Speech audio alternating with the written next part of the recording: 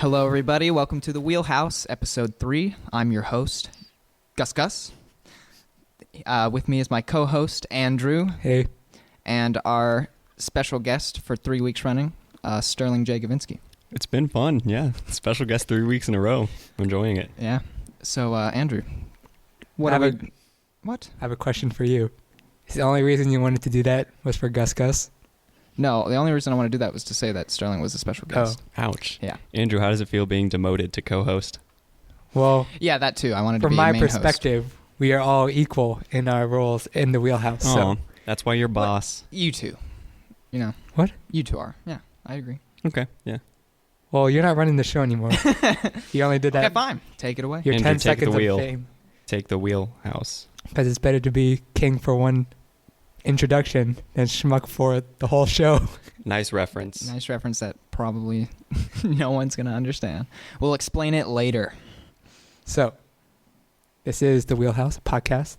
The only thing that we agreed to talk about right now is, if you remember, episode 2, at the very end, I was talking about, hey, email us. We have this new email address, which is wheelhousecast@gmail.com. And I joked, why don't you tell us about if you'd like to eat green eggs and ham? And we had no idea that that would actually turn into a big hypothetical controversy and thought experiment.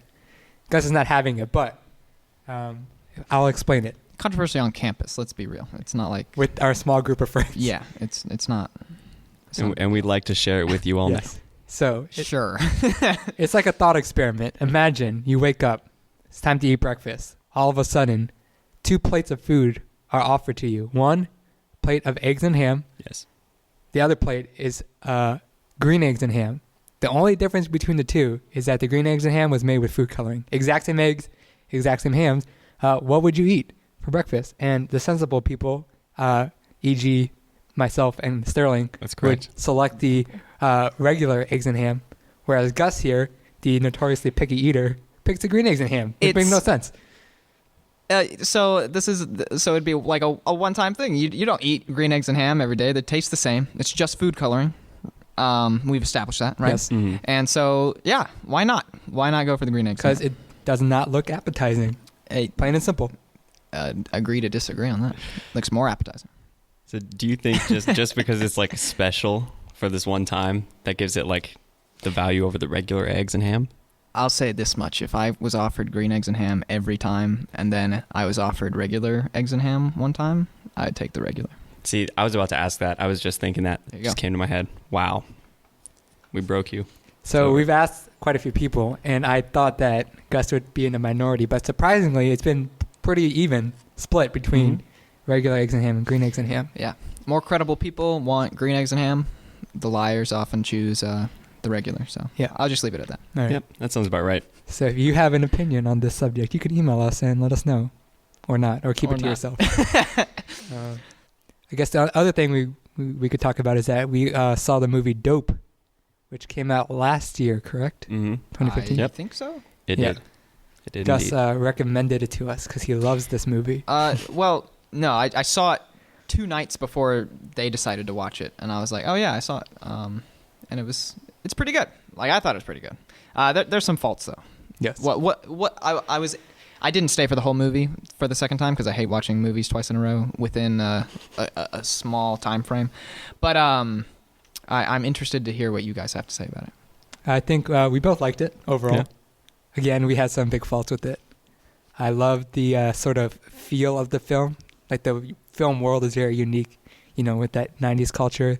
The main character is pretty interesting. I actually thought that the 90s part, like he's such a 90s fanatic, played like a role in the beginning of the movie, and then it really didn't matter for the rest of it. Which is the problem I had, is that once they get to the part with the drugs, and they get the drugs and they start selling it and making all this money, it kind of felt like it abandoned that sort of setup at the beginning. Yeah, and the tone of the movie shifts many a times. Yeah. And as Gus was saying, when he was like kind of introducing it to us, he mentioned that he noticed some editing, I guess, oddities, stylized editing that they use like once or twice, but they never like go back to or keep it up. It's not really consistent editing wise. Mm-hmm. It's also not consistent comedy wise. Like it's Yeah. supposed to I be. agree. Isn't it supposed to be a comedy, like a comedy drama or something? guess. Like that? And I mean, there are a few funny parts, but there's also like when they go to the party with Dom, who's ASAP Rocky, correct? Mm-hmm. And No. so ASAP Rocky is threatening this security guy, saying that he has to beat him up to maintain his reputation. Mm-hmm. And then he says, what is it, downhill slope? Slippery slope. A slippery slope. Yeah. And he's like, do you know what that means? And then his dumb friend is like, oh, you mean skiing? I thought, Yeah. wow. Yeah. That's some... Also, that conversation bad took writing. like 3 minutes It or went something way like too that. long. Yeah. That might be my least favorite scene in the whole movie. And it was a running joke. It was. It crops up again, like Yeah. slippery slope. Yeah. And then the main character's friends, I had an issue with both of them. Like, they were boring and They were boring. stereotypes. There's not much to say, honestly. Especially the dude. Yeah, He's kind of Sorry, Zero from Grand Budapest Hotel. Oh, yeah, that's right. Nice try. I keep forgetting that. I liked you in GBH, Yeah, but not in D. not in D. But I guess aside from that, unless you guys have something more to say. Well, yeah. So. Oh. Yeah. Once the Well, drug fine. plot kicks in, it gets bogged down, and then we had an issue with sort of the ending.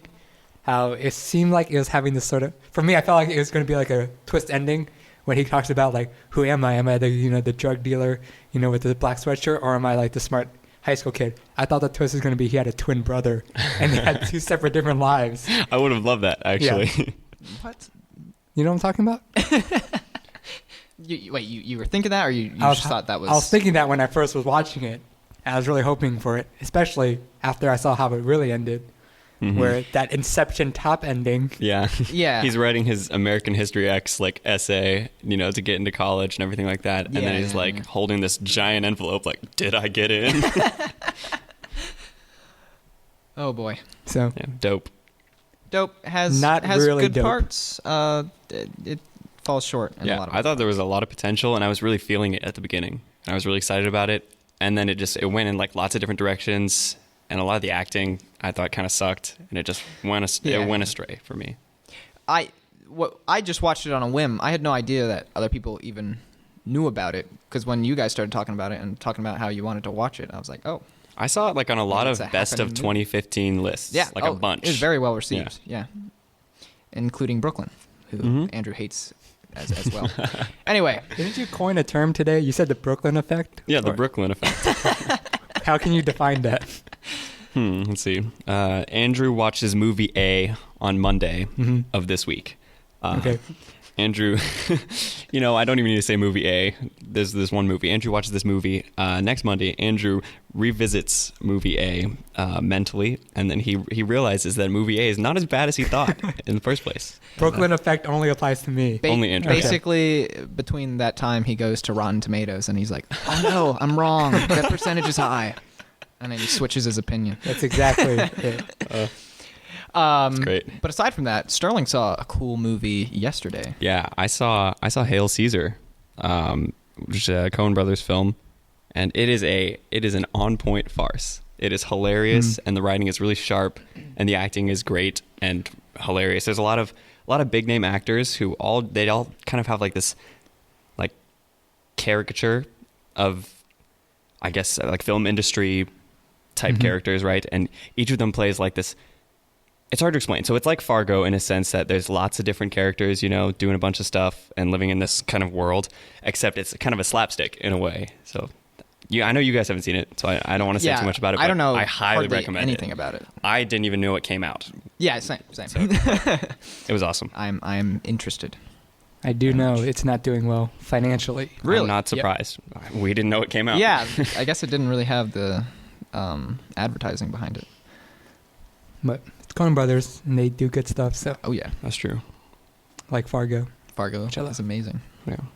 Which you Inside Llewyn can- Davis. We're talking Yep. about that. Amazing earlier. soundtrack. Have you seen Dis- Inside Llewyn Davis? No, I haven't. But you've seen it. I have, yes. You Yes, can't okay. recommend it for the show. But speaking of the show, we should probably get right into speaking that. of the show, if you're like, all confused about, what are they talking about, recommendations and stuff, let me explain to you. Here's how the Wheelhouse works. Every week, we each recommend a piece of media that the other two have not experienced. We go out, watch, listen, or play those recommendations, and come back and review them. this episode, we have 2 albums and a graphic novel to recommend. But first, it's time to review last week's recommendations, starting with Gus's pick, The King of Comedy. Woo! And let's also begin by saying spoilers for everything we're reviewing. Yeah. Mm-hmm. There will be time codes in the description if you want to skip around. But Gus, you want to give a little description about The King of Comedy? Okay, so King of Comedy finds Robert De Niro as Rupert Pupkin, who I love that name. I know, it's so great. cute. And he's a bit delusional.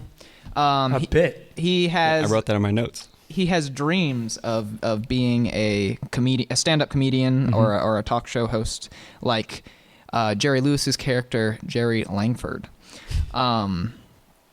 And so, there's so much to the plot. Should we just get into? I don't want to reveal too much, even though it said spoilers.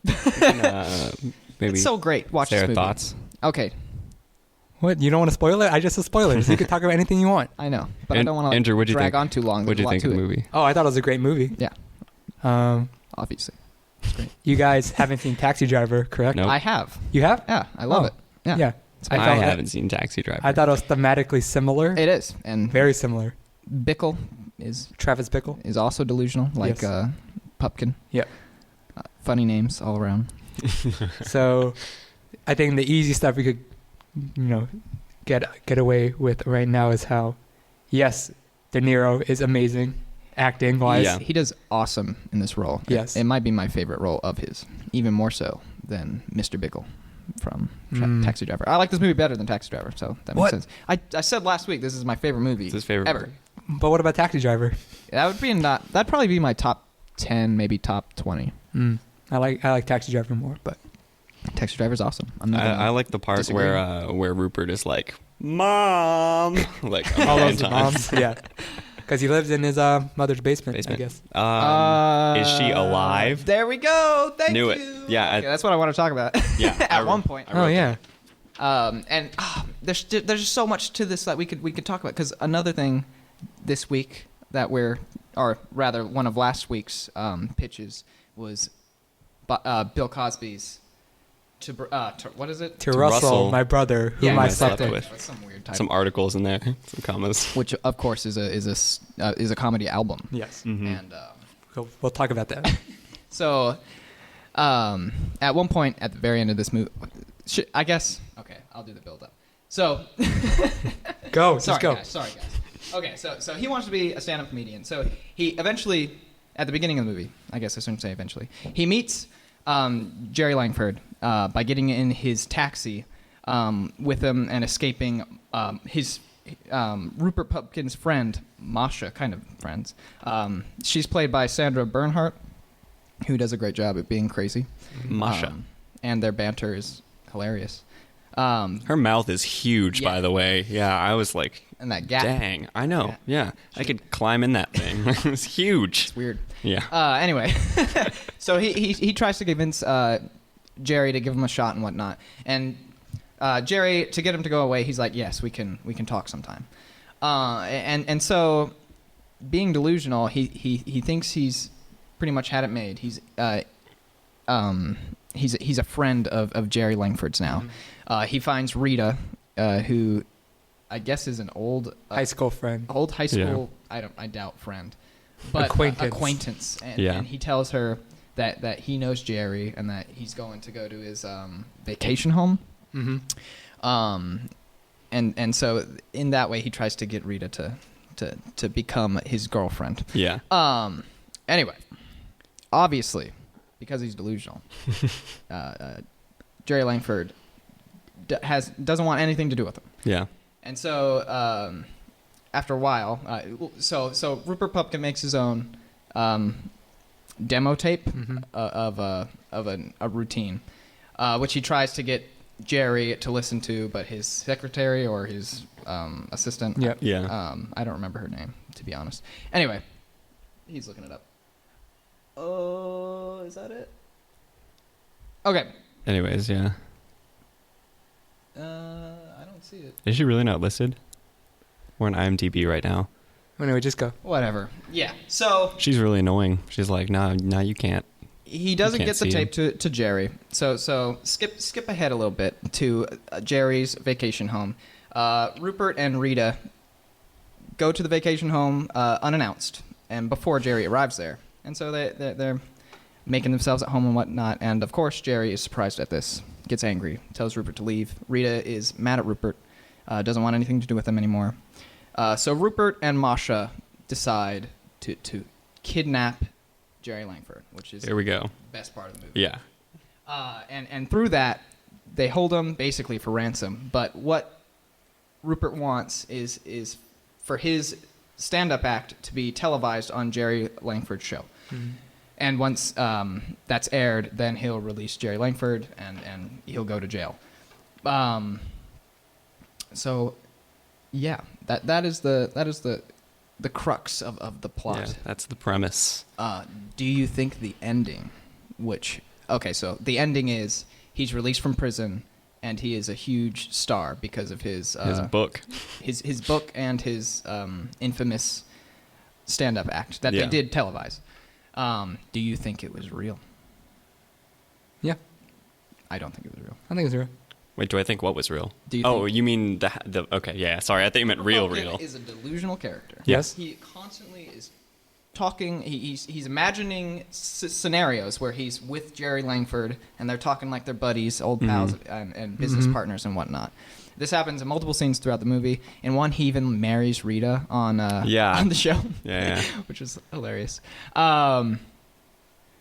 So I think he's being delusional because... Well, for me, all the delusions and fantasies that are shown in the film are always shown from his perspective, whereas this last montage is sort of a third-person newsreel. True. You think... I think the announcer Yep. just saying his name over and over would say otherwise. All right, so okay. that was one of my reasons. The second one is it would fit thematically with what the film is trying to say. Yeah. It would.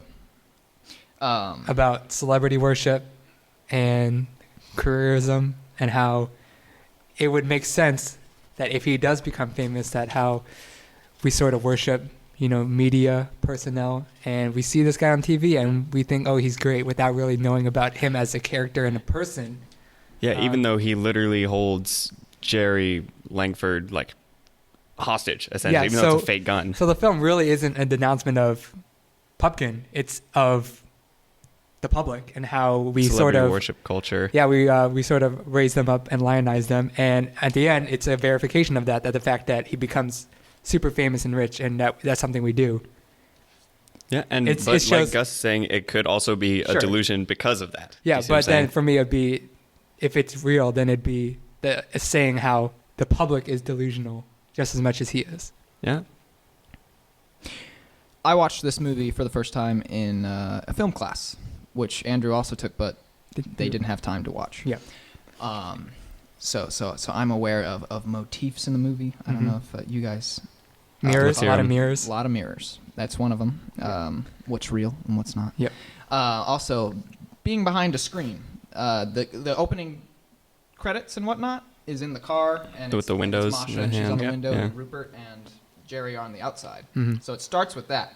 Yeah. Kind of like she's separated by a screen. Which, by the way, love that beginning. Love that. Yeah, that was awesome. With that Ray Charles, Come Rain or Come Shine, I'm like, all right, I'm already loving this. Oh, the soundtrack is awesome. I love all the piano pieces. Did you know who did the soundtrack? You like the band, right? Yeah. It's what's his name? Robbie Robertson? Is that his name? Sure. Yeah. Robbie Robertson. He just left the band at this point, and this was his first soundtrack. Oh, did not know that. There you And go. apparently the Clash is in there too. Yeah. I think I heard him in the background. Yeah, they're like extras. Yeah.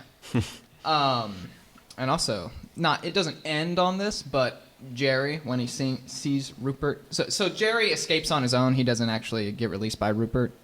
He finds out that the gun they held him hostage with was a fake. It was like a prop gun.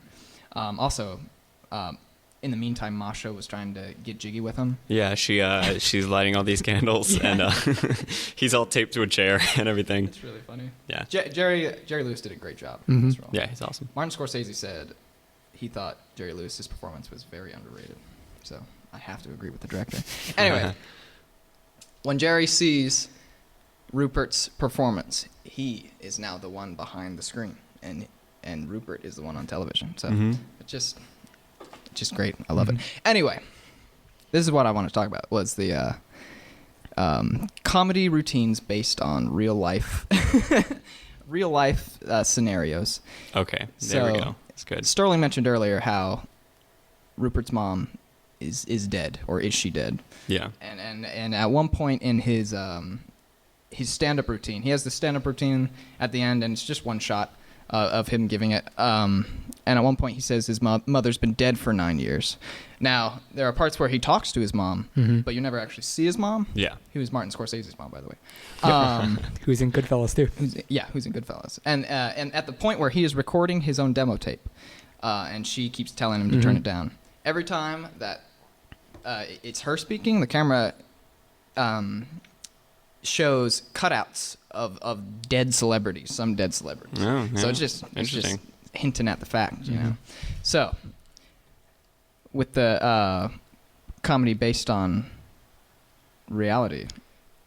Yeah, he before we smoothly transition, like earlier in the film, I don't remember if he's talking to Jerry Langford or his secretary, but when he's handing the demo tape, he's like, "Yeah, I like to base most of my comedy routine off of like the sad things in my life that are like real." Yeah. So that is like, he basically says it right there. So I think it's, if he's as honest as we are supposed to think he is. And I think he is. Yeah, I think he's delusional but honest. Yeah, he's a great character. He's kind of like adorably psychopathic. Exactly. Yeah, you kind of feel bad for him, but he's so pushy that you're also like, go home, get your life together. Like, of all the serious things that happen in this, like taking Jerry hostage with a gun and pretty much threatening to kill him if he doesn't get his time on air, it's pretty underplayed, the dark stuff, because he's such a happy character. Yeah. Andrew, you're making a face. I got some stuff to talk about. Okay. Yeah, as a film, the writing is killer. Yeah. The minute-to-minute dialogue is really snappy. Yes. And energetic. No one does New York like Martin Scorsese. Like, the feeling of the city is great. I think most about this movie is how it sort of really takes its time to build up Pupkin's insanity. Yes. And I love the pacing. At the same time, I felt like it got to a point where I'm like, okay, I got it. He's crazy. Yeah. I wanted to move a little forward. I felt that for a little bit, and then it got to the part with the kidnapping. So for me, the pace kind of slowed down a little bit in there. Probably the vacation home scene. Yeah, is around probably there. the weakest point in the movie, I guess. I think it's a good transition, though. Yeah. Because like he's clearly uninvited, and we get to see that someone else actually reacting to his like delusion. Jerry finally puts him in his place. Yeah. Like, I don't like you. I don't want you anywhere near me. And then it was the tipping point. So he meets him in the car at the beginning. That really happened. They never dined together. They never dined together. Okay, because when I first saw, the first part where some chick comes up and asks for his autograph and everything, I was like, oh, is this like in the future? And he's like super famous? Yeah. But no, I love that cross-cutting between him in the basement and then the lunch. Where, I thought he was practicing. I thought he was really nervous about the diet. And there's even a scene, it might be that same scene where it seems like Jerry is coming to him for a favor. Like he's already gotten to the point where he's better than him. But again, that just sort of reiterates the fact that, or that was the first introduction of that sort of delusion. It took a while to get that. It reminded me of a Social Network. How when it first starts cutting back and forth between time, you're like, what is going on? Yeah. It takes you a while to get to know that. But I think my favorite part in the movie is the stand-up performance at the end when that's sort of revealed. Because this whole time you go, okay, I know this guy is crazy, and there's sort of clues about why he's crazy. But it's really in that stand-up performance that it reveals his character fully. Yeah. And how really when it gets to the bottom of it, what drives him is that he wants attention. And so does Masha. Is that her name? And then when she's talking to Jerry when he's tied up, she talks about not getting attention from her parents and how she wants control. Same thing in Pupkin stand-up. Talks about how he had no childhood, he got no attention. His mother died, was an alcoholic just like his dad. Physical abuse. Again, there's the notion that comedians really bring out, their life experience into their comedy, and the way how I love how it just, you feel like there's all this stuff going underneath his psyche, and it's sort of revealed at the end in the stand-up. So it plays really well. Oh yeah. I mean, the stand-up act ends with him being like, "Yeah, I tied Jerry up, and tomorrow you're gonna know about it, but right now you're ignorant to that." And everyone in the audience is just like, Exactly. Yeah, it's great. yeah. And even with the Rita, his high school friend, Like in the bar. all Pupkin's doing is getting one of the other motivations for him doing the show is to impress her and to get her attention. Right. He knows he's gonna be arrested, and like he's like, oh, I just gotta do this one thing, Yeah. like just show her that And I was with on TV. The fake marriage, when he has a delusion of marrying Rita, the priest is the principal from school yeah. who says, "We apologize and beg for your forgiveness." Yeah, I know. Which at the time you're It's like, like what? Kanye West. yeah, exactly. You're like, yeah. what is going on? And then it only gets to the point where you get that reveal from the stand-up that you put the pieces together and go, okay, this guy obviously had a troubled childhood and just wants attention. Yeah. Yeah. So- Also, best shot in the movie is when he's practicing in front of that wall of people, and it's And the the camera audience. pulls back? Yeah. Agreed. So artsy. Agreed. Anyway, Terrific. Speaking of comedians, speaking of And comedians, real-life experiences. and real life experiences, is we'll my see. maybe. my recommendation Oh God. to Russell, my brother, whom I slept with. Comedy album by Bill Cosby.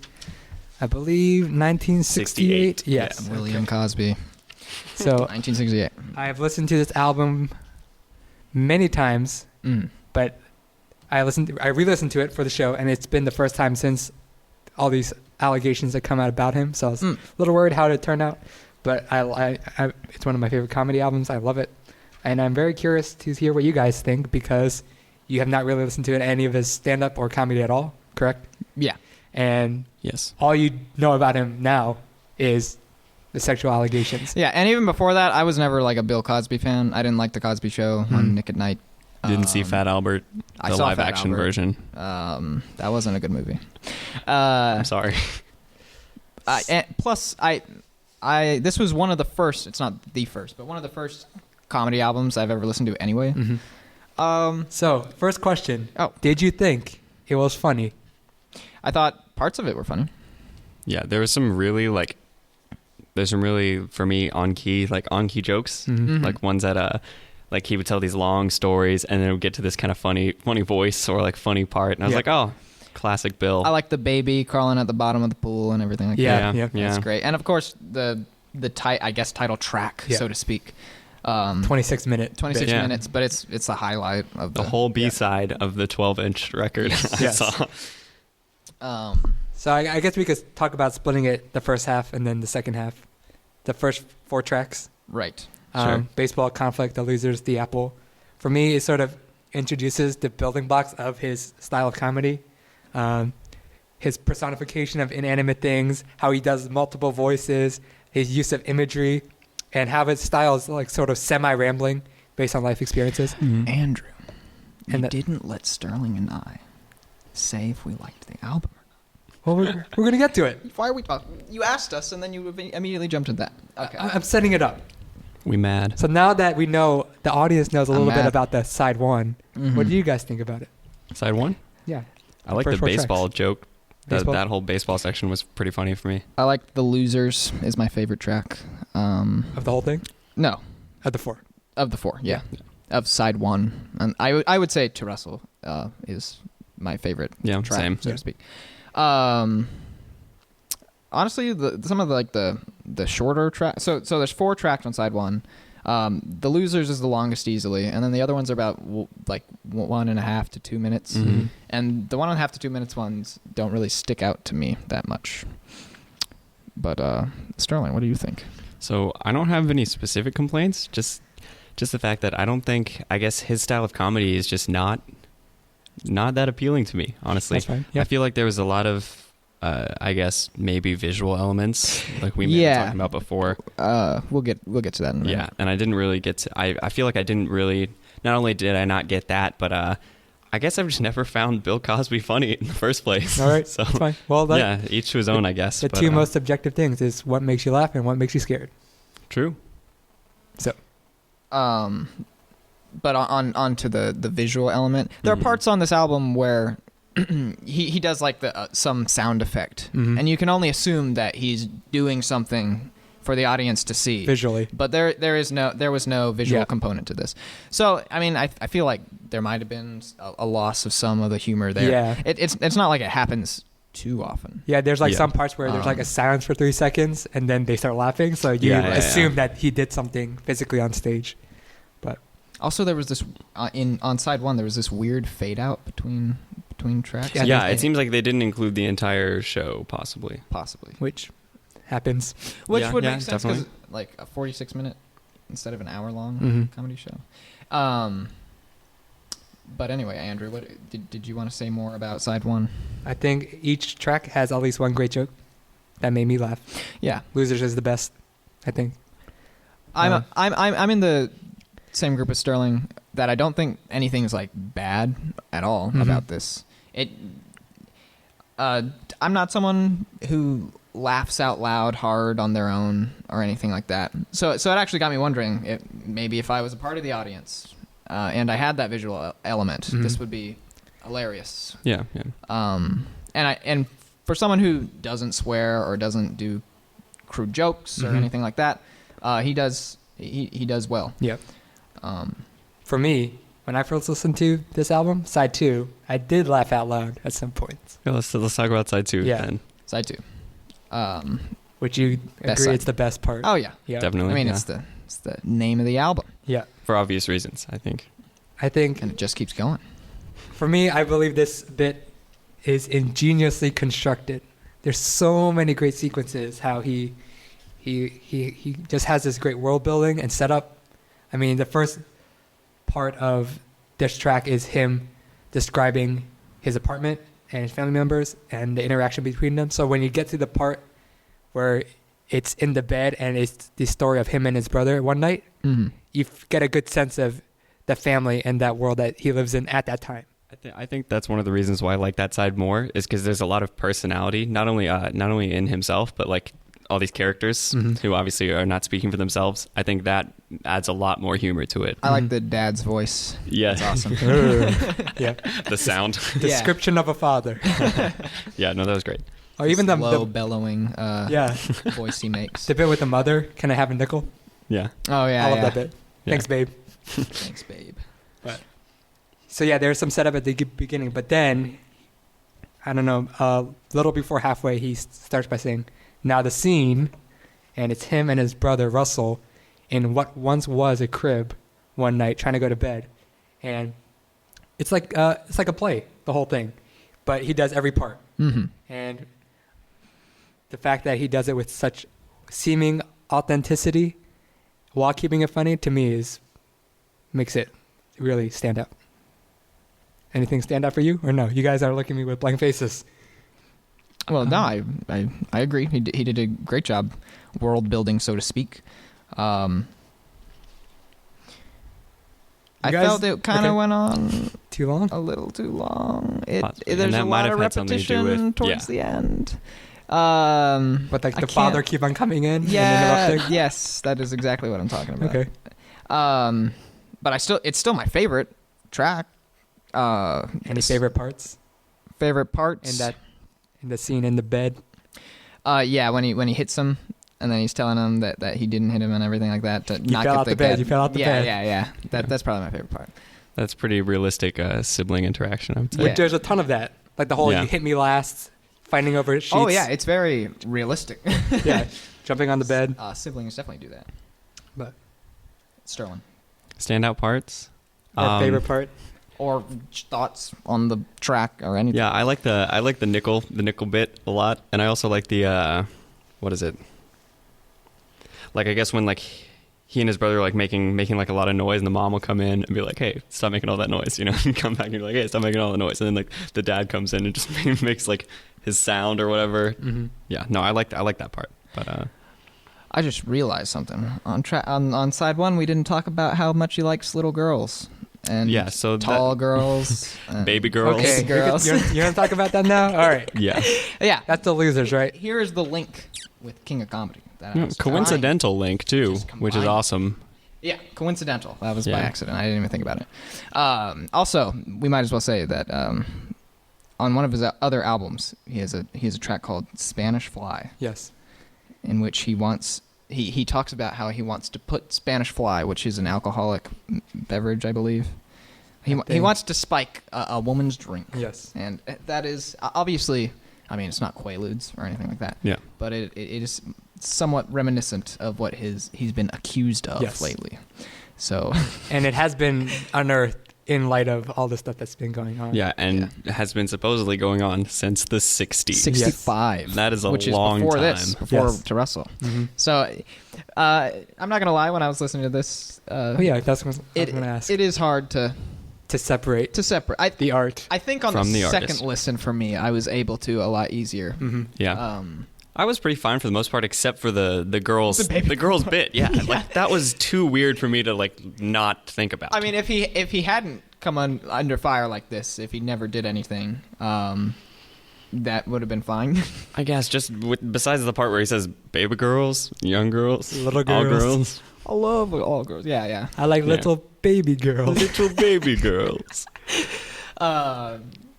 So, and we said we were going to talk about this last week. Yeah. About separating The art, the art from the artist. The art from the artist. which And for stand-up, I think is more difficult. it just might be. Because Yeah. the art form is inherently based on the person themselves. And they're Supposedly completely- autobiographical. Yeah, and they're completely up there. And there's no separation between them and the art form as much. It's not like you have someone who wrote a movie Mm-hmm. and then you watch the movie and you don't see them. They just like the screenwriter. There's no interaction with them on an immediate basis. And then there's also that that idea that maybe they could be playing a character, possibly. Yeah. Which I do believe, as far as I can tell, with Bill Cosby, that is a big part of his bit is seeming the way he is. Like, I'm sure he's a pretty kooky guy in real life, but he has this voice and this this really intense face and all these Yeah. facial expressions. Yeah. So I don't know.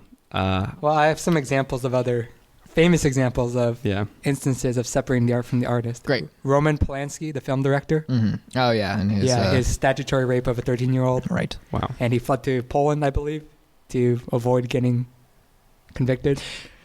Before you go on, Yeah. even lately, when David Bowie died, people were talking about, Yeah. Yo, people are coming forth saying that who cares? He had sex with a 17-year-old or a Mhm. 15-year-old. Yeah. 15-year-old, which is worse than a 17-year-old. But I still think David Bowie's music is good. I agree. I think it's great. And then Roman Polanski, he did one of my favorite films, The Pianist, a Holocaust film. Yeah. I love that one. Have you seen Macbeth? No. His Macbeth No. is fucking weird. Really? Maybe I'll recommend that sometime. It's No. nuts. I haven't seen it. Man. I can't go into it now. Anyway, please continue. There's Woody Allen. Right? He's been accused Yeah. of molesting his daughter, Dylan Farrow. I love Annie Hall. But yeah, he's one of the greatest comedians, and he has done many, many great He's films. still putting out movies too, Yes. as far as I know. Yeah. So Almost yearly. yeah, He's been doing that pretty much, for 50 years, right? I don't know about 50, like 40, 35. It's like nonstop. nonstop. He's running. He's Yeah. writing like he's running out of time. Yeah. Oh my.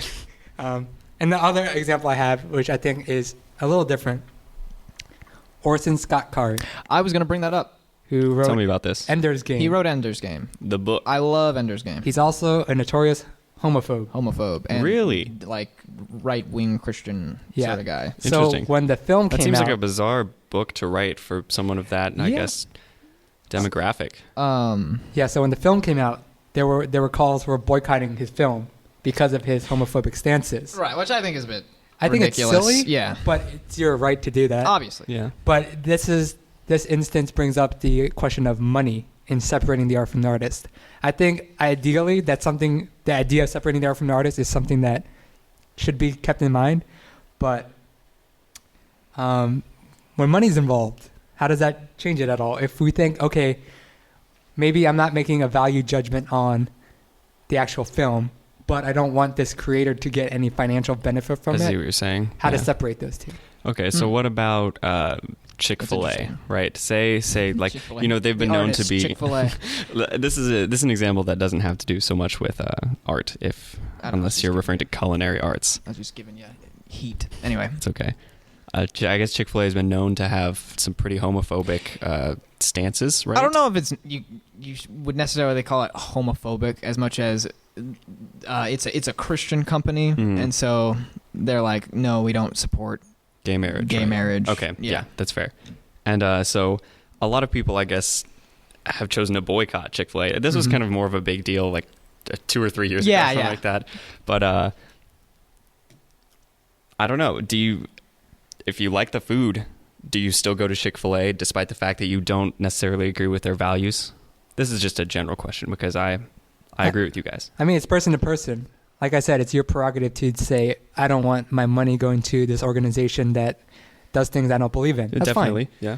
But I guess if I was to look at things from a principled position, I would never want to support something that I didn't agree with or anything like that. Yeah, I'm the same way. but them chicken sandwiches financially are so support. tasty. Well, okay. Well, in the case of Chick-fil-A, I don't like Chick-fil-A, so I'm just thinking of it as green eggs and ham right now. That's a double whammy for you. Then. Yeah. But if I did like Chick-fil-A, I'd probably still eat there. I think Walmart and GameStop are horrible companies. That's another good example. But I still shop there, begrudgingly, perhaps. Yeah. But in terms of away from businesses and looking at artists, like would I buy Bill Cosby's comedy album? If he released one today, if he released a new one today, would you buy it? So, well, here, let's think about it this way. Andrew, who's been a big fan of Bill Cosby for a long time, right? Before Andrew knew about any of these allegations, I guess probably had no issues with Bill Cosby, right? But did his allegations becoming like something huge in the public eye, and also new information to you, did that affect the way you listen to his comedy? I was thinking about this. I don't think it affects anything I have listened to. Like listening to Russell, my brother, I've laughed at all the jokes that I laughed at before. I don't think I can listen to anything that I haven't experienced of his, or any material that's new that he's created. If he came out with a new comedy album today, I don't think I could listen to it. it'd be weird. Yeah, For sure. But if I did listen to it, would it be unethical? I don't know. that's a good question. If you listen to it or if you bought it. Both or either. I don't think it would be unethical if you listened to it. If you bought it, that might be And an argument. money's going into his pocket right. to pay for his court dues. Pay for his court dues. I'm if you sure listen he's to a not rip having on trouble. YouTube, that's better than listening to a stream on Spotify. I mean, yeah, I don't think there's any definite answer. It's a slippery slope. Oh, yeah, it's As they would say in dope, I mean, it's a slippery slope. Yeah, like we were talking about Bill Cosby, that's current. But what about some guy who's been dead for decades or centuries? Yeah, like H.P. Lovecraft, he was a total racist. Yep. But he has some pretty great books. But I would say it's sort of easier to separate the art from the artist because there's some temporal separation. Right. Sure, yeah. And to what extent of the person's involvement with the media art? What if you watch a movie and you find out in a news story that the guy doing Boom was like a racist? True, And you go, that's a good I point. can't watch this movie anymore because the guy holding the microphone is a racist. You know? I think that would be going way too far because it's not his artistic vision or anything at all. It sounds like a Portlandia skit or something. Although I did, so, like, try to think of it from a perspective of what if you were like a woman? Would that change your opinion? Or Yeah, I think Orson so. Scott Card, Yeah. if I was gay, like maybe I would have a problem. Yeah. You wouldn't eat at Chick-fil-A. I wouldn't eat at Chick-fil-A still. Their booger chicken nuggets gross me out. I like them. That's fine. It's fine. So for me, the bottom line is it's your right to support or not support a piece of art based off their artist, but I don't believe you can make a value judgment on that art itself based off that person's character. You can't go, oh, that movie's bad because this person. Yeah. Right. And Yeah. we have a friend who is on the opposite side of that. She totally can't separate the art from the artist. She doesn't like Tarantino films because Tarantino uses N-bombs.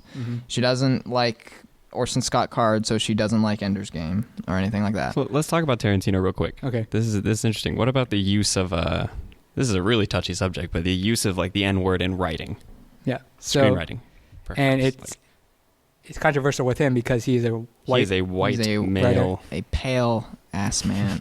He's very white. So to touch on what you were talking about, Gus, for a second, I don't think that you could say, well, you can say, I don't like Tarantino because he uses the N-word too much. Mm-hmm. But to extend that and say, I don't like his upcoming film, even though I haven't seen it, because he Yeah. uses the N-word too much. Yeah, That's exactly. taking it too far. Yeah, that's a huge. That you're showing your bias Yeah. if you say But that. past But- that, talking about Tarantino's use of the N-word. So I guess the two big films that this issue is brought up with are Django Unchained and recently The Hateful Eight. Hmm. Right. And in general, yes, I believe as a writer, as an artist, you should be able to use all the tools at your disposal in I your agree. vocabulary. I agree. Now, when it comes to those films, I know that there is that feeling that he's overusing it. And- Watching those films, I have a feeling that there is a writer behind it putting those N-words in. Think I about think it. he knows he's overusing it. I think Yeah. he enjoys it. I think he enjoys making Definitely. audiences uncomfortable. In Pulp Fiction, he himself says the N-word. Yes, Yeah, that's acting true. in the film. right. And then when you get to that point of indulgence, the fact that there's an N-word in this film and you feel that it pulls you out of the film because you feel like Tarantino wrote that in. Mhm. It doesn't feel natural. That's an issue. Yeah, I think that in that sense it I guess it pulls you out of the art, so it makes it easier to Yep. criticize it for maybe being like overindulgent of I guess things that aren't really politically correct Mhm. per se. I haven't seen Hateful Eight, Neither have I. but with Django Unchained, it never really pulled me out of the film. And I think that's That's because that one, like you're saying earlier, with like I guess older movies, Mm-hmm. I guess it's set in a time when it would have been pretty realistic for those things to happen, you know? Which I felt both films, Django and Hateful Eight, I felt that for about the first half, and then it was kept on coming up. Kept on going and yeah, going. so I'm like, all right, this Yeah. is I mean, there's no ridiculous. doubt that it's excessive. Yeah, Yeah, definitely. And violence. Excessive violence as well. which is a whole nother issue. Whole nother which we'll issue. save for another time. Sure, I because guess. we should really be moving on to our third topic, Okay. Sure. Yeah. which Sterling's choice. Hooray! is This is Hamilton, the Broadway musical original cast recording. So yeah, there it is up on the big screen that we have here. That you can't see. So I'm really excited to hear what you guys thought. especially because it's President's Day. Oh my God, I didn't even think about that. But Hamilton wow. wasn't a president. No, but there are presidents in There are presidents in it, but the title character was not a president. He was a founding father. That's perfect. President's Day. Anyway, Yeah, so it's 2.5 hours long, essentially, and I suggested it to the begrudging response of Gus and Andrew. Just the fact that it was so long. yeah. Yeah. it's a So I very want to hear what you guys long- think. I mean, it's a stage play, so. I thought it was pretty spectacular, although not in the literal sense because there's no visuals. But No spectacle. I really want to go see this now on Broadway. Good luck, because Oh, yeah, because they're booked, right? it's sold out through December, and we'll probably sell into Yeah. 2017. What about off-Broadway? I don't know. I think this is the only production going on right now. It Oh. started off Broadway, Yeah. as they do, but Um. you got Pretty Spectacular over here with Andrew. So, What do you think? how do I even articulate my thoughts on this? So, You want to start with the 5-star rating? no, I don't even know how I could give this a rating. So, in terms of its content, it is spectacular. It really is. The lyrics, there's a lot of thought into them. Oh yeah. The lyrics, in my opinion, are the best part of the whole thing. They're impeccable. Mhm. They are nearly impeccable. No, Spectacular. They're really well done. I was born to a family that loves musicals. Oh, they were gonna say Alexander Hamilton. I am a descendant of Alexander Hamilton. No. And my parents did dinner theater. That's where they met originally. Oh wow. And my sister did theater and whatnot. She went to New York to Shout try out. and whatever.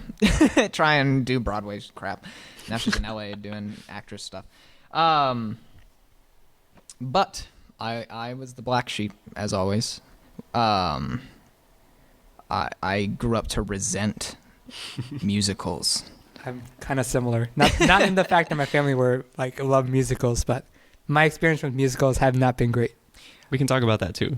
Okay. That may play a role in this. In the car always were CDs of various shows like Maine and Gypsy and Footloose and Oklahoma and whatnot. And it's not like I haven't enjoyed some. I have, like I remember I enjoyed an Oklahoma performance. It was just like a community performance. I was also really young, so maybe that was why. Also Avenue Q and Avenue Q is Spam-A-Lot. terrific. They're funny. Have you seen Spam-A-Lot still? No, I haven't. Spam-A-Lot's awesome.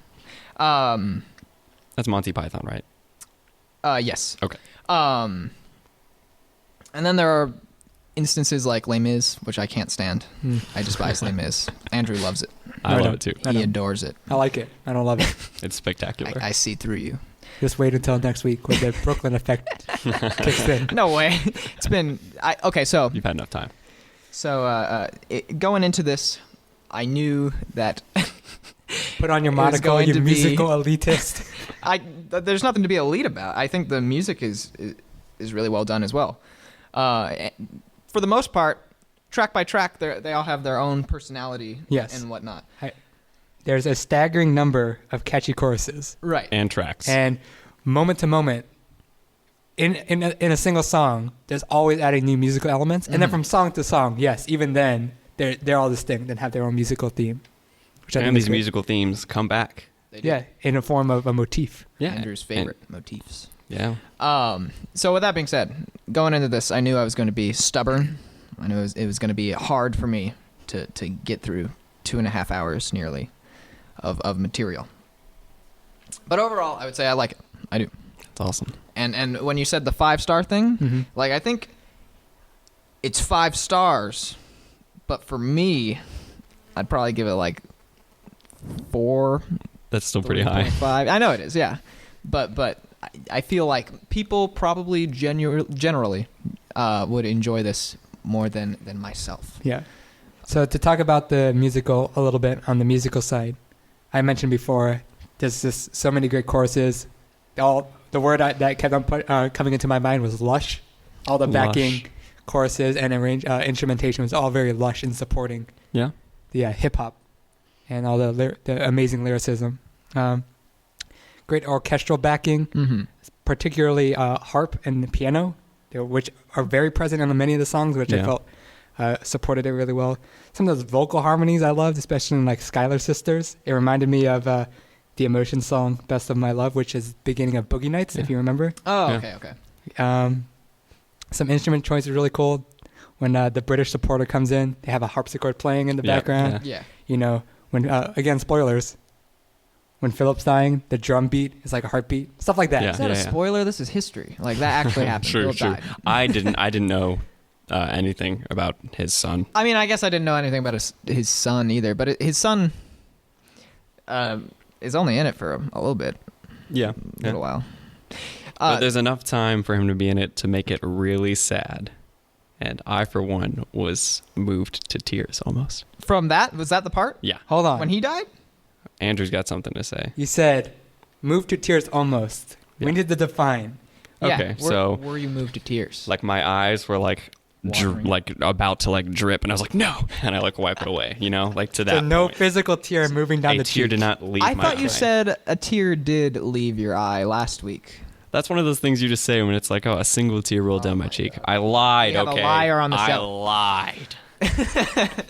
Because I admittedly listened to this while doing other stuff because there's no way I could do that for 2.5 hours. Oh my god. Yeah, I did that too. Just On the second time around. on the second time around. No way, I can't. I've listened to it many a times, just Yeah. sitting there, Sterling is definitely just sitting there, it's his wheelhouse. Hamilton is. so to speak. So so Philip's death, I was emotionally moved too. That was sad, Yes. For me, did not tear up, man. but the tear Yeah, I ducts didn't tear up at were all. activated Really? When? What? in the Philip's death. Oh, at that part. Okay. But yeah. but no actual like physical buildup of tear. But you're like, oh, here it comes. Yeah. Or it was on like, okay, if something like really more tragic happens, it's ready to go. That's pretty sad. And then the song, one of my favorite ones is "It's Quiet Uptown."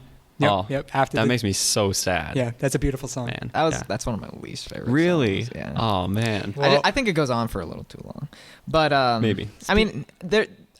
Other than my least favorite track, which We'll talk about that. which I don't like, I don't think there's any like bad songs, so No, to speak. no way. Yeah. Even a song like "It's Quiet Uptown," which isn't my favorite, I still thought it had its place Yeah. and was well executed.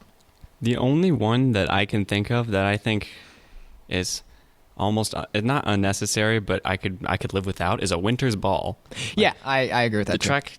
Well, that's sort of just an interlude. Yeah, exactly. And then they do like the hey thing at the end, and I'm like, I mean, keep in mind that in the actual musical, they're not breaking it down by tracks. It's probably just all one sequence. Yeah. Most Just of for the this album is it's broken up. because Yeah. I imagine that the show is probably 99% music, if not 100%. That's what I thought you said that, which Yeah. So I've never seen it again, but I'm pretty sure that it's entirely music. which makes me interested in actually seeing the Definitely, production, same. because I'd like to see how they go through decades of Alexander Yeah, Hamilton's yeah. life, just song by song by song.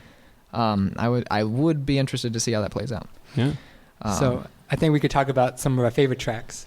Yeah. Speaking of being emotional at Philip's death, there was actually one other part where I was more moved, Okay. Yeah. Let's hear which it. is my favorite song, which is the last song.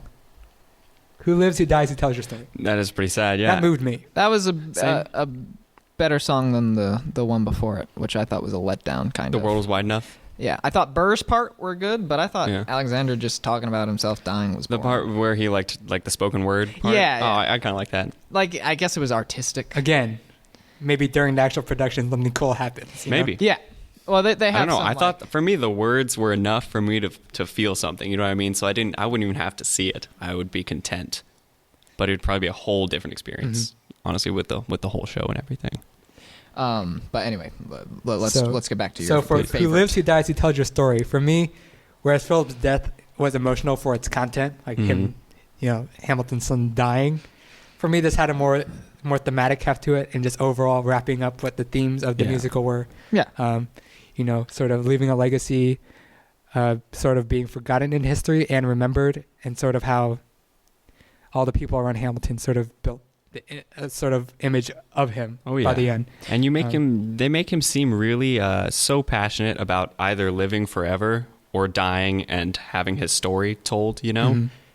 It's heartbreaking not only for him, but for also Eliza, who I feel so terrible for throughout the whole thing. Yeah. I can't even. And then Who she still cheated goes on and on she's and like, you everything like could that. have done so much more with your life. I went on to protest slavery and start Making this orphanage and all that stuff. She lived for like 50 years after his death. Yeah. And yeah. Yeah, this song solidified the fact that I think she's my favorite character in the whole thing. Yeah, she's good. I was more, and maybe this was my least favorite, I guess, performer, which isn't even saying much. Mm-hmm. Because he still does a good job. I mean, he wrote the thing. Is Hamilton himself. I don't know. As I a think performer? his voice is the weakest. Like, I don't know. It's not like... It's just kinda like You mentioned nerdy. before that it doesn't stand out. Yeah. For me, it does because it's weird. Yeah. It is weird. It's not as clean and clear as the other. But just because it's vocalists. weird doesn't mean I like it. But anyway, aside from that, I was more interested with the last track and talking about like your history and Mm-hmm. what you're remembered for Aaron Burr, because he's literally only known for killing Alexander. And that's what's so Hamilton. great is they make him seem guilty, and he kind of describes himself as like, oh, I kind of messed up, and I wish I didn't do that, and I wish I'm not going to be. No, he doesn't want to be defined as like the villain, essentially, which I think that's what's so cool about his character, That's along with many other things, obviously. I agree with that, and for the point of the play and what it's trying to say and stuff, I understand that they did that, but apparently Burr didn't give a shit that much Yeah. about Yeah, killing yeah. Alexander Hamilton. But I looked into the history of Aaron Burr and Alexander Hamilton and whatnot, and just read about him. And Aaron Burr did a lot. Like, Yeah. he wasn't just a dueler or whatnot. So that song. Not only for Alexander and Eliza, I guess, for Burr, he's going to be remembered as a villain. So Yeah. that's pretty brutal. It's powerful, sad. And sort of that theme also is hinted at throughout the play with like Eliza burning the letters and Angelica too. How sort of you get to the point in a track called Satisfied where you see sort of her perspective of Eliza and Alexander's marriage. Yeah, that's kind of sad too that you have that weird little love triangle thing going on. Which I thought was great. Yeah, It is my least favorite track on the album. Satisfied. And And is that musically? Is that? yeah, it's pretty much only musically driven. Like I said, the lyrics of this entire play are great from start to finish. I agree. I have no complaints. But yeah, musically, at first I told Sterling, I was like, this sounds like a Macklemore song. Not a Macklemore fan. And then when Andrew and I were in here waiting for Sterling, we listened to it. And the part where Angelica comes in for the first time, it sounds like an Evanescence song. So it's an Evanescence featuring Macklemore. That's pretty terrible. But which part are you talking about? So before she gets into like actually rapping and everything like Yeah. that. Oh. Like really fast. When she's like... It's the first half of the song. Okay. Basically. Yeah. Sounds like an Evanescence beat. I can listen to what was their big one hit? Spallin? I don't know what it's called, but... Yeah, something like that. Wake me up inside. Yeah, not the chorus, but just like the instrumentation. I don't know. Yeah, It rubbed me the I know wrong what you're talking way. about. So that's why Satisfied is my least favorite track, easily. As for Man. favorite, it's kind of hard to choose a favorite because there's just so many. Seriously, yeah. You'll Be Back. All of King George's songs, King all Yeah, three. King George is terrific. Yeah, even I Know Him, which is really short. It's just a reprise of the main theme. So Then that's all he Yeah. does in the entire show. Yep. He just shows up for the songs. And Also, things like Say No to This and Yeah. The Room Where It Happens. The Room Where It Those Happens. two Yes, are that's- great yeah. sequence. Yeah. The Room Where It Happens is so effective Yep. for me, especially for Aaron Burr's character. He kind of, I guess he feels a little left out. Mm-hmm. Oh yeah. And He's super jealous. Yeah. I feel. And there's this theme that he likes to wait back. You know, he likes to sit Mm-hmm. and let other people make decisions or not be, quick to make decisions so that he doesn't get in trouble and he can appeal to all political parties. You know what I Less mean? talking, more smiling. Yeah, and to talk less, smile more. Oh, whatever. You know what I mean. Yeah. I love the opening track too. That's actually one of probably my Alexander second Hamilton. favorite. Yeah, it's good. It has my favorite motif. What is Which that? one's that? I don't remember. Wow. Way to go, Andrew. How does a bastard orphan? That one? No, it's one that actually doesn't show up that much. It is The World Will Never Be the Same. I think George Washington says it one time. Yeah. But I really like that. Gus doesn't remember. There's a history has its eyes on you. That's Yeah. another motif. My only problem, story-wise, is that the duel at the end felt a little rushed. And also, I Yes. know it's inevitable, of course. Aaron Burr in the first track even says, "I'm the fool who shot him." So yeah, you know it's going to happen. Mm. And if there's anything the general public knows about Hamilton Burr is that, yeah, they dueled Yeah. and Burr shot him. But I felt a little rushed at the end. I want a little bit more development between the two. But other than that, it's really well done. Yeah. What I like is throughout, whenever they encounter each other, it's really tense, and they obviously don't know that they're going to fight to the death at Mhm. some point, but we know the whole time. So every time we hear them talking to each other, like, oh God, this is so awkward. Like, if only you knew. But And I you think- do get a feeling that there's some mutual respect there also, which is yeah. interesting. And even when they have to give the sarcastic respect towards one another, like in that like penultimate pre-duel song, Mhm. when it's like, I have the honor to be that Yeah, your obedient servant. sassy. So, Hamilton's pretty great. I'd give it probably 4.5 out of 5 stars. Yeah, somewhere between that and 5 for me. Here, how about this? I'll give Act 1 a 4 out of 5 and Act 2 a 5. Well, you know what? He said 5. It's sealed. Yeah, but then I remembered about the world. What was it called? The world was wide enough? Was wide enough. I felt like that should have been like the most important track of the whole play, Sorry. and I felt it was a little underwhelming. I felt Burr's parts were good. Yeah, I think I said that. So 4.5 out of 5. All right. Sorry, Andrew. it's good. It is good. I'm glad you guys liked it. Yeah. It's a fun show. I probably will listen to it more, even though we're done talking about it for the show. I'm 'Cause glad. the music's Yeah. that good. There's a lot of good music there. All right. Time to move on to our recommendations. We did it. We will each pitch one media that in this week we'll go out and experience them and then review it for next time. Who would like to begin? Sterling, Not go. me. I did it last Me? week. Oh, man. Okay, so I'm going to be pitching Is a Real Boy by the band Say Anything. The album is called Is a Real Boy. So that was not a mistake. I apologize. It's the second full-length release by Say Anything. And what I like about... Oh, perfect. Wikipedia up on the big screen that we have here. So one thing for me that I really like about albums, or I like albums to have, is kind of this outside context. And reading a little bit about this album, not only was it, I guess, originally intended to be a rock opera, there's also a kind of some weird studio context to it in that they're making a mockumentary about the making of this album. And Max Bemis, who's essentially the sole member of Say Anything, got so stressed out by the making of this album that he got paranoid and thinking that people were constantly filming him and stalking him on the streets to record for the mockumentary. So there's a little bit of a mental breakdown in the process of making this album, which is something I think is really interesting, especially when you hear the content itself, which I hope you guys will like quite a bit. There's not much else I want to say about it, but you reminded me of Nick Drake and his album Pink Moon from 1972. Apparently he's suffering from depression. He wrote the album in 2 weeks or something. Wow. Went up to a studio, dropped it on the desk, and then checked himself into an insane asylum. I mean, he committed suicide too. Yeah. Oh my God. He was a pretty down dude. The other things that are interesting about this is Max Bemis is known to have abused drugs and alcohol highly intensively. I know. I was shocked as well. You get a lot of math rock influences, some pop punk. I know that's kind of a negative buzzword around these parts, as they're emo and indie rock. Vetoed. You don't have to listen.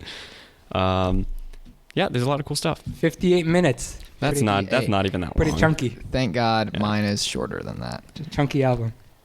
Yeah. And like I said, originally intended to be a concept album. A lot of the songs were. Mm-hmm. And part of the concept is it's about this guy.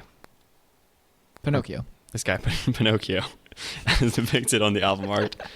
JK. This guy who he gets cursed somehow, some way to say everything or say anything that's on his mind, and that kind of ruins his life, essentially.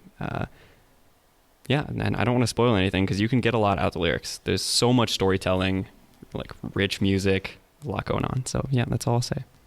All right. Cool. That's my pitch. Andrew. My turn. I am pitching a graphic novel.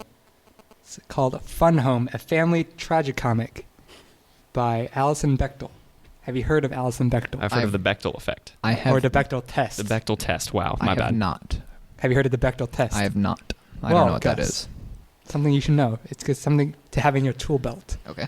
So it's to pass the Bechdel test, a work of fiction must have at least two women talk to each other about something other than a man. Oh, okay. So why is it named after this author? Because she made it. Oh, okay. So she had a comic strip. I believe it's called Dykes to Watch Out For, I think. Yeah.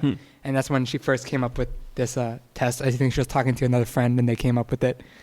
And it's been sort of proliferated throughout the film industry especially, and how most films fail this test. Because even if there are two women talking to each other, they're usually talking about another man. Yeah. So something interesting to think about. I've heard Scott Pilgrim be referenced according to this test as a not passing this test. Still a great movie and graphic novel series, but yeah. So Fun Home came out in 2006. It's a graphic memoir. It's about Alison Bechdel's childhood, growing up in Pennsylvania, particularly her complicated relationship with her father and the revelation that they're both gay. And in addition, it has some beautifully detailed art. I have the book actually right here. You could take a look. Ooh. A little bit. Yeah, pretty fancy. Wow. It took, I believe, 7 years for her to make this. For one, anytime that she draws herself, she took a photograph and used it as reference. So she's very painstaking in her art and her detail. So she's the author and the illustrator. Yes. That's the best. That's awesome. The writer, yeah. And the thing that I remember striking me when I first read it was how overwhelmingly intelligent this book is. Overwhelmingly. Yes. For one, non-linear storytelling. It Nice. jumps between the periods of her life from being an adult and a child. Some high-level diction. Have a dictionary Cool. open with you. Cool. And an abundance of literary allusion as parallelism to her life. Wow. Even if you don't get these references, like you haven't read what she's talking about, it's contextually there's enough there for you to figure out what she is intending for those allusions to say. So, yeah, Fun Home is critically acclaimed. Spent 2 weeks on New York Times bestseller list. And it was so popular, in fact, that in 2013 they had a musical adaptation at the Public Theater in New York City, which was also critically acclaimed. They won the Tony Award for Best Musical. What? What? Really? Did not hear about this. I did not know that. 2013? Yeah, Oh Fun my Home. God. Fun This Home. book has also generated some controversy, Oh no. some Weird way to people say might say, or normal people say controversy. In Missouri, there was a call to pull the course. book Oh. off the shelves of public libraries for what they called indecent and pornographic material. What? And also in some colleges, they were using it for some classes, and there were some challenges saying, hey, we want these pulled out of the curriculum. But for me, any book that's banned just raises the allure. I'm like, if a book's banned, I'm like, I want to read that.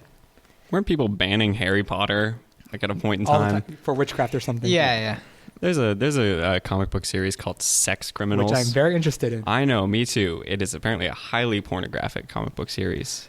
I want to call it pornographic. Okay, but the subject matter It's sexual. is sexual. Yes. Yeah. So Let's distinguish here. Pornographic, it Visuals, arouses sexual thoughts without artistic intent. okay. So its pure purpose is to get sexual thoughts and arousal. Okay, yeah, then I misused that term. Yeah. But yeah, this is relatively new, and I don't know about people in Missouri or Mississippi or wherever taking off any shelves or anything like that. So I'm excited to read Fun Home. Yeah. So I first read this in the 10th grade, and it blew my mind. And it is still my favorite graphic novel of all time. Wow, I'm excited. Finn. Nice, good pitch. All right. Gus. Thank you for using my real name and not my real name. Anyway, sorry everybody. We had some difficulties this week. Andrew didn't know what he wanted to pitch, so that kind of like messed things up a little bit. And so we ended up with 2 albums this week. Oh no. Which normally, at least... Which is my fault because I'm the one who didn't pick an album. Yeah. And logic says Yeah. that. Shame on you. I mean, you played Hatful Boyfriend, for Christ's sakes, so there you go. Anyway, so my pick is Neil Young's On the Beach, 1974. It is it along with Tonight's the Night, which was recorded before On the Beach, but it was released after On the Beach. Together, they're like a pair of depressing albums in Neil Young's discography, so to speak. This is a very downer album. The cover depicts Neil on a beach with a car in the sand. Like, why is it in the sand? It is melancholic. Andrew didn't realize it the first time. He probably thought it was some happy picture or something. Anyway, this album's amazing. It has some of my favorite Neil Young songs ever. I guess I won't reveal them until next week. But Neil himself even says that the album is good, specifically Side 2, which I have to agree with. Side 2 is amazing. This is a short album. It is a very short album. Wow. Yeah. It's 40 minutes about. That's Long pretty songs, few Few tracks. tracks, Yes. This was not a commercial success, unlike Harvest, which was his studio album before. But in decades since, it has become sort of a cult classic, at least among Neil Young fans. Why did you pick this album and not some of his other ones? So Andrew's only listened to After the Gold Rush, which is amazing. Sterling's never listened to anything I've never by listened Neil to a Young, Neil Young ever. album. It is very much in the same vein as Brad Paisley. Oh. Yeah. Wait, Brad Paisley or Brad Paisley's Wheelhouse? Brad Paisley's both. Oh my god. Oh man. Love it. No. Here it says, Rolling Stone described it as one of the most despairing albums of the decade, which Yeah. is very similar to Brad Paisley's Wheelhouse. That's probably why Pitchfork liked it. Pitchfork put it on their best. Neil Young? Yeah. Oh, this okay. album. I thought you meant Wheelhouse. What? Wait. You threw Please. me off. Continue. Okay. Anyway, I have some interesting trivia here. Young purposely wanted rougher mixes, which, yes, I got it off Wikipedia. Just read that. I know. Yeah. No, it's okay. Sterling's pointed at No, it. I was about to gonna ask say. about that actually. Oh, and it kind of like made his producers not like him too much. They didn't want to do that. And to contrast or to compare the two, I guess, Tonight's the Night it has way better production, but I think the songs are weaker. Also, apparently, Young and his musicians were on something called, or consumed something called honey slides, which was sautéed marijuana with honey, and it apparently was like heroin. Sounds yummy. Which might have contributed to the moodiness of this album. Interesting. During the recording of the album? During the recording of the album. My. What were they called again? Honey slides? Honey slides. Something I've never heard Gonna of. look that up later. Sounds yummy. Sounds Yeah, it sounds delicious. Yeah. it's like heroin. It's like Swedish fish. Honey slides. But yeah, other than that, I love this album. I constantly go back and forth on whether or not After the Gold Rush is the best, or if this one is the best. Wow, I'm excited. I have a feeling that Andrew will still like After the Gold Rush. Because it got them melodies. Well, this has melodies too, Oh, but crude production. no, it's more. I mean, After the Gold Rush has It's- some downer parts, maybe, but Isn't that as accessible like Flip Your Wig? And I Need Accessible stuff? it's probably way more accessible than Flip Your Wig. But I can see that. no, it's more cheery, and you like happy Oh, stuff. okay, you like, sure. You like Elton John. So is this a Elton folk John. album? Dancing on an album cover or whatever, new release. Anyway, Was it like Crazy Night or something like that? Wonderful Crazy Wonderful Night. Crazy Crazy Night. Night. Anyway, what'd you ask? Is this a folk album? It says rock, folk rock, and blues rock. Yeah, I'd Okay. call it a folk album. I'm excited. I'm interested to hear what Sterling has to say because he has never listened to. I think this. I'm music. really excited to get into Neil Young because I've been recommended this gentleman many a times. Neil Young is my favorite lyricist ever. Wow. Okay, I'm really excited. Super personal and deep lyrics. We saw your favorite movie this week, and I now know. we're gonna listen to your favorite album. Not my I mean, favorite album. My possibly favorite album by Neil Young and favorite lyricist. There you go. There you go. That is correct. Damn. So, Andrew. Yes. We have come to the end of the show. Take We've us done our home. 3 reviews, our 3 recommendations. Thank you for listening to the 3rd episode of The Wheelhouse.